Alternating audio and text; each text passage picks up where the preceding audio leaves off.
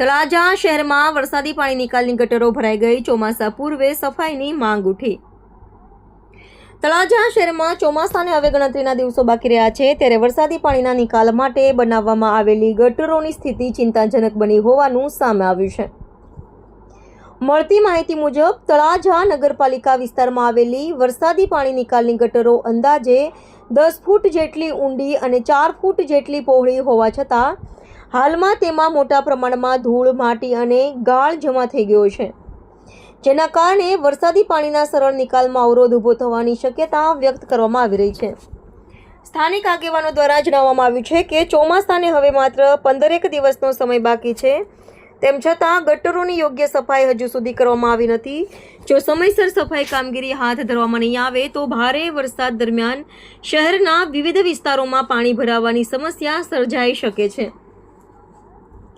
આ મામલે તળાજા નગરપાલિકાના પ્રમુખ હેતલબેન રાઠોડે જણાવ્યું હતું કે આગામી તારીખ 3 જૂન 2026ના રોજ યોજાનારી નગરપાલિકાની સામાન્ય સભામાં વરસાદી પાણી નિકાલની ગટરોની સફાઈ માટે સરકાર પાસેથી ગ્રાન્ટ મેળવવાનો મુદ્દો એજન્ડામાં સામેલ કરવામાં આવ્યો છે. ગ્રાન્ટ મળ્યા બાદ જરૂરી સફાઈ અને જાળવણી કામગીરી હાથ ધરવામાં આવશે. હવે શહેરવાસીઓની નજર આગામી સામાન્ય સભા અને તેના નિર્ણય પર ટકેલી છે કે જેથી ચોમાસા પહેલા વરસાદી પાણી નિકાલની વ્યવસ્થા સુચારુ બની શકે. વરસાદી પાણી નિકાલની વ્યવસ્થા સુચારુ બની શકે. ચોમાસા પૂર્વેની સ્થાનિક સમસ્યા હોવાથી નગરપાલિકાની આગામી બેઠકમાં લેવાતા નિર્ણય પર શહેરવાસીઓની નજર રહેશે.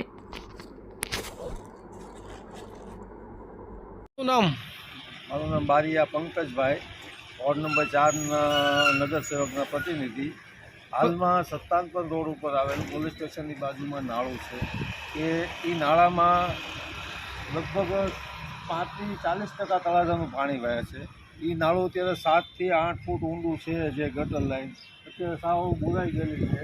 એટલે તળાજા નગરપાલિકાને નમ્ર વિનંતી છે કે વહેલી તકે ચોમાસું આવનારા દિવસોમાં ચોમાસું નજીક આવી ગયેલું છે તો આ ગરનાળું સાફ કરાવે, જેથી કરીને પાણીનો ભરાવો ન થાય અને કોઈ જાનહાનિ ન થાય.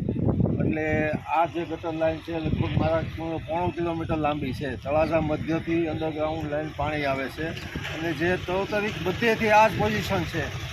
એટલે આ વહેલી તકે જો સારું કરાવવામાં નહીં આવે તો વરસાદી પાણી તળાજાના રોડ ઉપર વહેતું રહેશે કે જે 2 ફૂટ 3 ફૂટ, જેથી કરીને ચાલુ વરસાદી માણસોને હાલવા ચાલવાની હાલાકી રહે.